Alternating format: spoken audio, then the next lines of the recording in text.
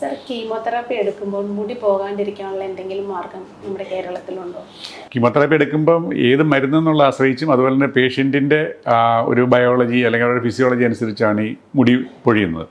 എന്നാൽ ഇപ്പം കീമോതെറാപ്പി എടുത്തു കഴിഞ്ഞാൽ മുടി കൊഴിച്ചിൽ പൂർണ്ണമായിട്ട് മാറ്റാൻ പറ്റത്തില്ല, ഒരു പരിധിവരെ കുറയ്ക്കാൻ പറ്റുന്ന ഒരു സങ്കേതം വന്നിട്ടുണ്ട്. നമ്മളതിനെ സ്കാൽപ്പ് കൂളിംഗ് സിസ്റ്റം എന്ന് പറയും. അതായത് നമ്മുടെ സ്കാൽപ്പിലേക്ക് ഒരു കൂളിംഗ് സിസ്റ്റം അപ്ലൈ ചെയ്യുന്നു. അപ്പോൾ ആ ഭാഗത്തുള്ള നമ്മൾ കീമോതെറാപ്പി എടുക്കുമ്പോൾ ഇടുന്ന സമയത്താണ് ഇത് നമ്മുടെ തലയിൽ അപ്ലൈ ചെയ്യുന്നത്. അപ്പോൾ അത് ആ സമയത്ത് അവിടുത്തെ രക്തക്കുഴലുകളെ ചുരുക്കി വയ്ക്കും, കൺട്രാക്ട് ചെയ്ത് വയ്ക്കും, തണുപ്പ് കൊടുക്കുന്നുണ്ട്. അപ്പോൾ അങ്ങോട്ടുള്ള ബ്ലഡ് ഫ്ലോ കുറയുന്നത് കൊണ്ട് ഈ കീമോതെറാപ്പി മരുന്നുകൾ ഈ ഹെയർ റൂട്ടിൽ വരുന്നതിൻ്റെ അളവ് കുറഞ്ഞിരിക്കും. അപ്പം അറിയാലോ, കീമോതെറാപ്പി മരുന്നിൻ്റെ എക്സ്പോഷർ കുറയുമ്പോൾ ഓട്ടോമാറ്റിക്കലി ഹെയർ ഫോളും കുറയും. അപ്പോൾ ഇങ്ങനെയൊരു സിസ്റ്റം നമുക്ക് ഇപ്പോൾ അവൈലബിൾ ആണ്. ഇതെടുക്കുന്നത് നമുക്ക് എത്രമാത്രം സേഫാണ്? ഇത് വളരെ സേഫാണ്. ഇതിൻ്റെ ചോദിച്ചതിൻ്റെ ഉദ്ദേശം എനിക്ക് മനസ്സിലായി. കാരണം അവിടെ കീമോതെറാപ്പി എക്സ്പോഷർ കുറയുന്നതുകൊണ്ട് അവിടെ ട്യൂമർ വീണ്ടും വരുമെന്നുള്ളതാണ് പ്രധാന സംശയം. അങ്ങനെ ഒരു രീതിയിലും പേടിക്കേണ്ട കാര്യമില്ല. അതിനെക്കുറിച്ച് പഠനങ്ങൾ നടത്തിയിട്ടുണ്ട്. ഒരു രീതിയിലും അത് റിക്കറൻസ് ചാൻസ് കൂട്ടുന്നില്ല. ഈ സ്കാൽപ്പ് കൂളിംഗ് സിസ്റ്റം കേരളത്തിൽ എവിടെയൊക്കെ ലഭ്യമാണ്?